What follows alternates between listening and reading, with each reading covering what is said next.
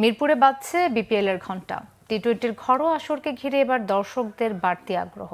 সোমবার উদ্বোধনী concert, stage মাতাবেন Rahat ফতে আলী খান। মিরপুর শেরে বাংলা স্টেডিয়ামে বিকেল 3টায় শুরু হবে BPL music fest. Monir Hossain খানের ডেস্ক রিপোর্ট।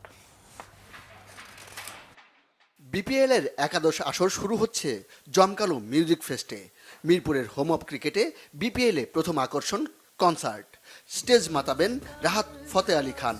এছাড়াও থাকছে মাইলস অ্যাভয়েড রাফার মতো জনপ্রিয় ব্যান্ড। থাকছেন র্যাপার হান্নান, জেফার, মুজা ও সঞ্জয়। একদিন আগেই বাংলাদেশ আর্মি স্টেডিয়ামে স্পিরিট অফ জুলাই প্ল্যাটফর্ম আয়োজিত ইকোস অফ রেভলিউশন কনসার্ট মাতিয়েছেন তিনি। বিপিএল মিউজিক ফেস্টে সবচেয়ে বড় আকর্ষণ তিনি।